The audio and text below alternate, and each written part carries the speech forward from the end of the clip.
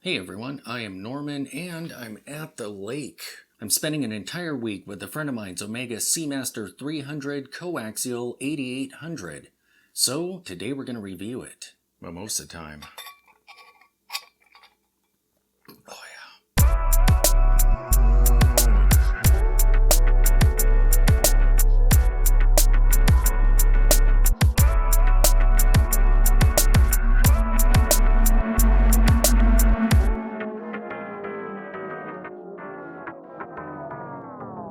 Alright, so here is the watch. I'm going to have to do this one-handed. I didn't bring any equipment with me.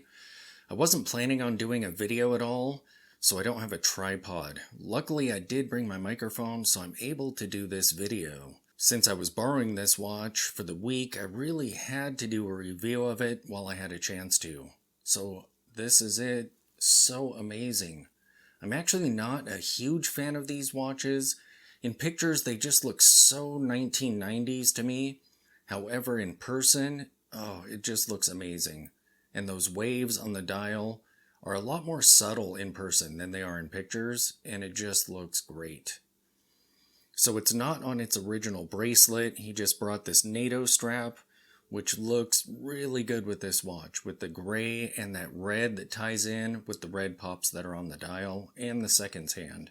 The lugs on this are 20 millimeters, and it's a 42 millimeter watch, so it's pretty chunky. Especially if you're used to vintage pieces like I am. That's the one downside, is whenever you see modern sporty watches, they just look so large, but it wears really well, and once I get used to the size, it looks really good on my wrist. So the lugs are pretty small, and they angle down nicely. We have a screw down crown, and I'm not really going to be able to operate that one-handed, so I'll do some trickery and some stuff off camera for that.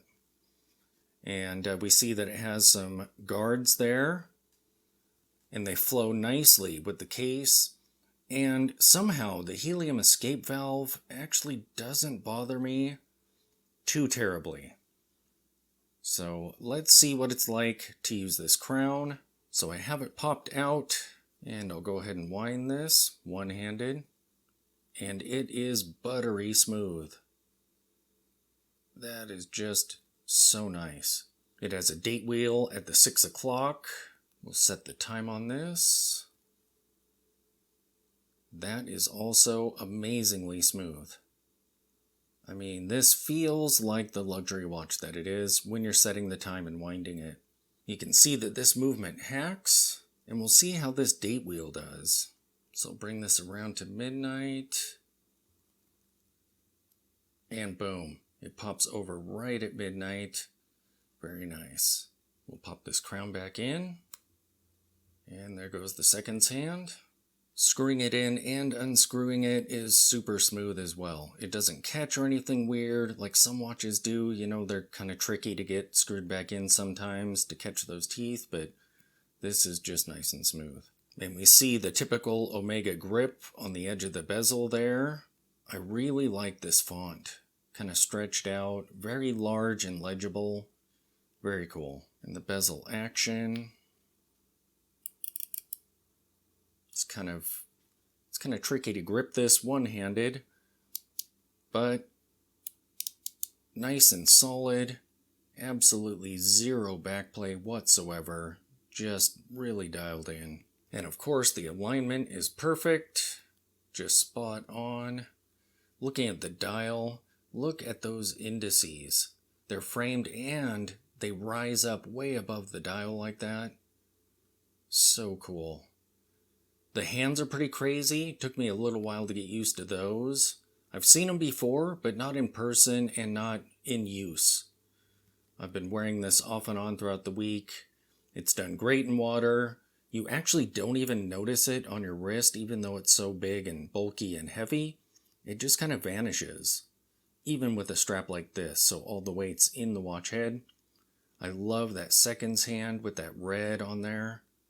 That is so cool. And I really don't mind the waves so much. Prior to seeing this piece in person, my preference was for the plain dial variant of this.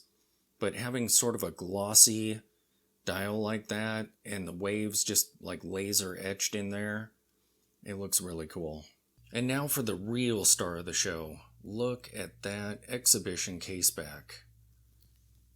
The finishing on this movement looks so phenomenal. The stationary parts appear to be rotating just because of that finish.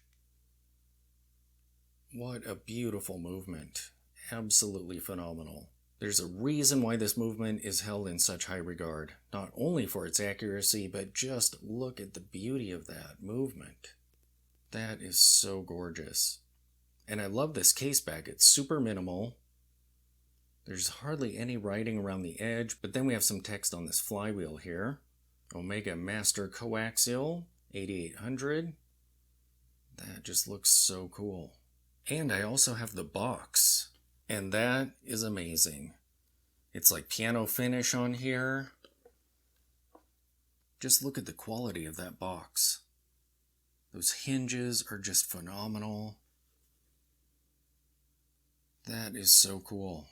This watch ships with a huge operating instructions guide and all of the certificate cards. Now my understanding is if you go online and pull up this exact model number, you'll get all the information straight from Omega. Alright, so let's see what this Loom looks like.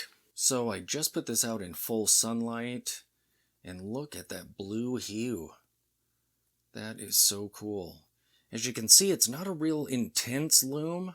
I feel like my CWC G10 Sapphire glows quite a bit more intensely than this, but this looks really great. It's kind of like a mellow look to it. I just love the color of that Loom. That is so cool. On camera, it's a little bit more blue than in real life, but it's a great color. And we see that the pip is loomed, but the bezel is not.